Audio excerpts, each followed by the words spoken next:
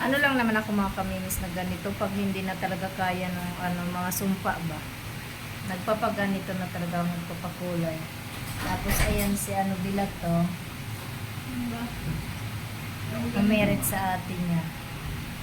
Oo. Hindi mo na ulan tayo. Ayan sa mga sira ang buhok dito na kayo pumunta kay Kayla. Trusted yan mga kaminis. Grade 1 ata yung si Kane. Siya na yung nahawak ng aking buhok hanggat konti na lang ang aking buhok. Aray ko. Kasi may istorya talaga yan mga kaminis. Yung buhok ko, sa sobrang pagtitipid ko no, nagkulay-kulay ako. Yan nangyari. Pumula. Pumula talaga siya. Uy, alam mo ba si Kayla lang dito na to, hanggang maliit pa si Kane dito na tong parlor niya sa tabi ng Jimenez yan. Ay sa harap, gilid ng Jimenez pala, dito sa Bagtas. Ang galing talaga ni Kayla. Alam mo ba yung yung talagang natanggal niya talaga yung pula nun. Ay mula talaga nun sa kanya na lang. One time lang, nagpakulay na naman ako kasi parang may pupunta na ata ako nun na wala talaga siya. Busy siya pero bukas ko wala siya. Wala, sabi ni Michael nagpumilit kayo. Kaya mga taga-Bagtas, punta na kayo dito kay Kayla. Maniwala kayo sa akin. Ang galing-galing din yan maggupit. Ayun, yung isa nagpaano din sa kay ate niya.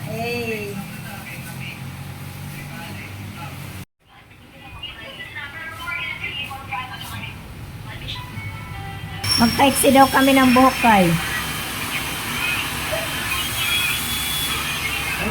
Gupitan daw hanggang dito. Iksa natin tawag, gugupitin na pa natin. Bagay ba sa kanya kay? Okay rin, ikaw. Hanggang dito daw kayo. Napagod mo si Kay. Okay natin. Sandal ka ayos ka rin. Hindi na yan binabanlawan kay? Hindi na siya binabalan. Ay, gano'n. Sandal kasi siya. Ganun pala pag Brazilian, hindi na binabanlawan. Bagay kaya yan sa kanya? Pwede rin. Siya ang pinakamabang buhok nun. Kay ngayon, hindi na makahaba. Hindi na makahaba. Sabi ko nga sa kanya, magpahaba na para pag 18, hanggang 18 na uli siya, gupitan. Na-evil na naman, kaya nagpunta na naman dito kay Tikay lang. Ba't di pumunta kayo? Bakal mo pa ng face lock mo na. Tapos may bangs ka pa. Huwag mo na kaya dalihin yung bangs mo na ka. Saya.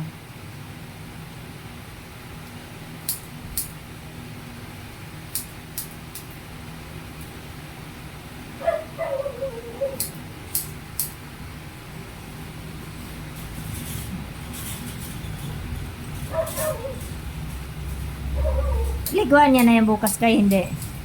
Ilang araw? Sa araw lang. Isang araw lang. Pag tinamad ka pa talaga magsuklay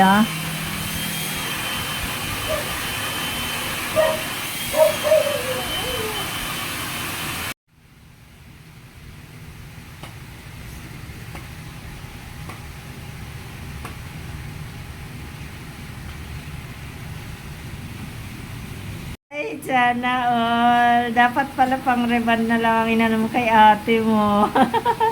Pag-uwi na lang ni ate. Di ba, pwede ba siya i-reban kay? Ganyan?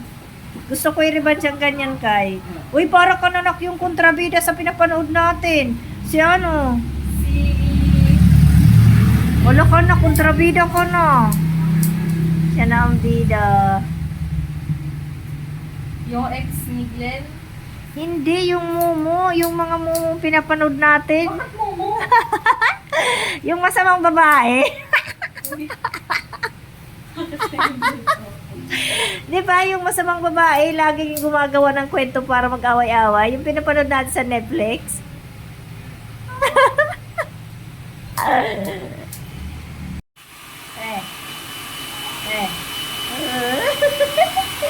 Ganda naman yan. Ang ganda ni Nana. Mas masangkat yung sigla rin isa. Yeah. Maganon ka, ma. Ganun Ayan ka, na, ma. finish na. Maganon ka, ma. Ganito. Ganito. Ang kulay violet daw yan, sabi ni Kayla mga kami. Red violet. Ay, red violet. Kasi ang para itago ang mga sumpa ba? Galing. Melody. Hmm? Finish na. Bayaran mo na tiking. Oh, Ay, Ate Adira pala. Ate Adira, wait bayaran lang mo. daw, na. di pa tapos. Diretso na kami sa school kasi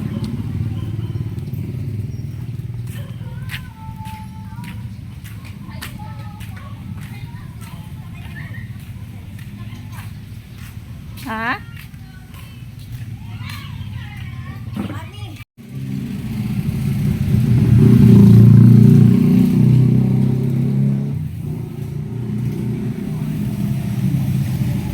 Wala namin yung books ni Dadat mga kaminis dun sa school.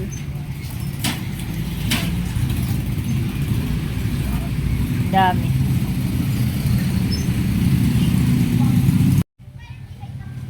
Bibili lang naman sana kami ng pasalubong.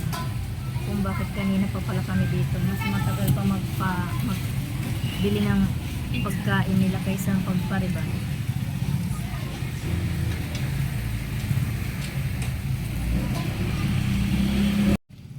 Uwi na kami mga kamimis. Lakad lang kami. Hindi nakalabas. Naglakad lang kami ni Pukirat. Uy, ano kami po? O bakit?